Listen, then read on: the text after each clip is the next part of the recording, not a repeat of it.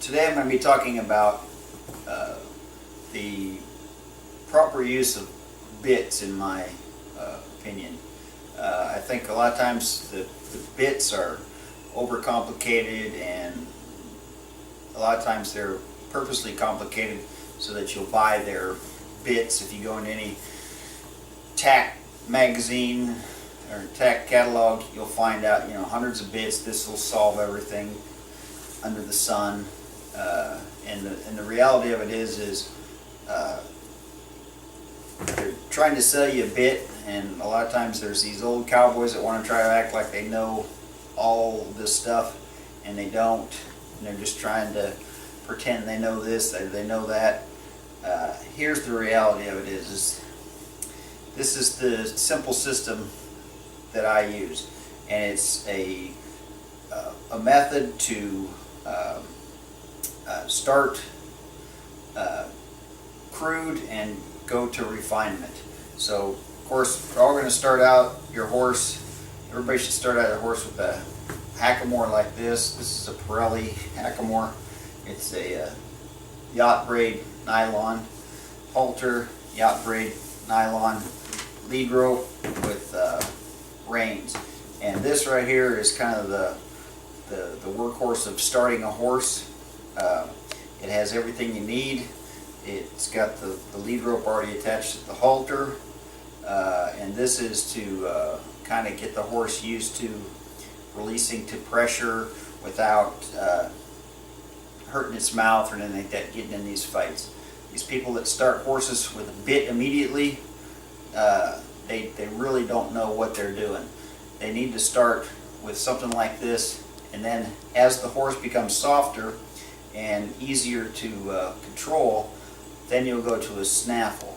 But the thing about it is that you're trying to teach the horse at the same time the use of your body language and weight changes and all those kinds of things, so that when you go to the snaffle, you can be riding the horse with your body also, not just your reins. Okay, here's the typical setup for a snaffle bit. Snaffle bits, the halters always have a throat latch.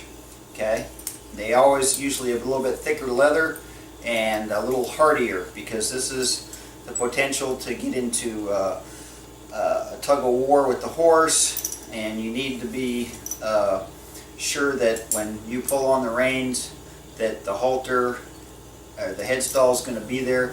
The reins are connected with slobber straps, and again, that's to help telegraph to the horse that weight change, that something's about to happen before you pull. So again, we're trying to make the horse softer. This is the usual bit that I use starting horses out, just a regular.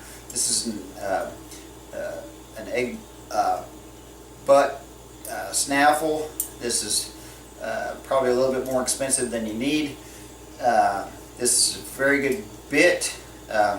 And again, on these types of bits, what you're using is you're using this to the sides of their mouth to control the horse. Nothing on the inside of the roof of their mouth.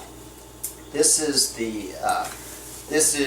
the bit right here that you need to solve all your problems. Okay, your hands are the things that help, or that determine whether the bit's cruel or kind.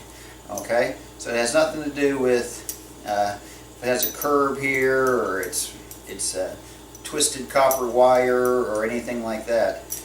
It's your hands that are controlling the horse's movement, getting their head, they're breaking at the pole, things like that, so on and so forth. This is pretty mild in their mouth, again, if your hands are mild.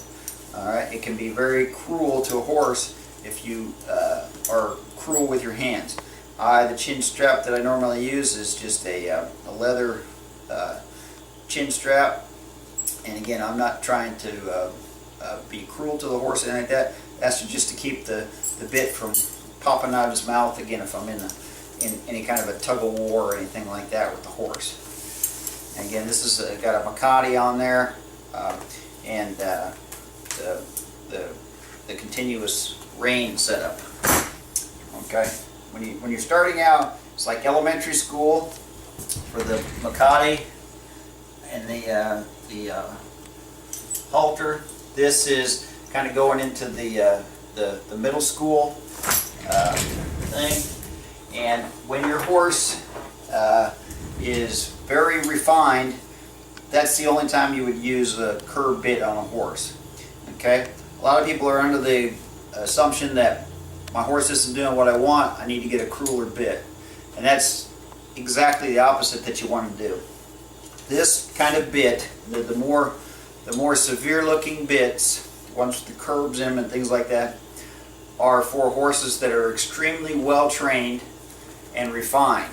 They're not used to correct the horse. Every correction that you need to make can be made with the snaffle bit. There's only one purpose for a curb, and that's to touch the roof of their mouth so that they break at the pole. Okay? Usually when you're riding with a snaffle bit, you're riding with two hands. When you're riding with a curb bit, you're riding with one hand. Okay? Because you're trying to tell the world that your horse is refined and trained. Same thing with the bridle setup. Notice this doesn't have any throat latch. Again, you're advertising to the world that your horse is refined. You're not going to be in wars with your horse, anything like that. You're going to try to put your hand in one place during the beginning of the ride, and hopefully it's there at the end. If not, if you need to correct the horse, all you're going to be doing is touching the horse gently to get him to break at the pole. Again, if your horse isn't, if you're having problems with your horses doing something, you don't go to a more severe bait, you go to a snaffle to get them to correct it, and maybe try to increase the skill level in your hands or your riding skills or something like that. Something's missing that you're not addressing the horse. It's not the bit. If you're using a very quote unquote severe bit to try to correct something in your horsemanship skills are low, and probably your horsemanship skills and your horsemanship knowledge is low. Okay, now at the very end of it, this is for horses with a college degree. You'd be able to ride your horse with just a string around their neck. Okay, and normally this string is to help you hang on and slight control over the horse. But again, by the time you're riding a horse with this, through the transgression of all those bits and things, you're riding your horse with body language at this point with the string around their neck. Okay, so that's kind of the way it should go. Thank you.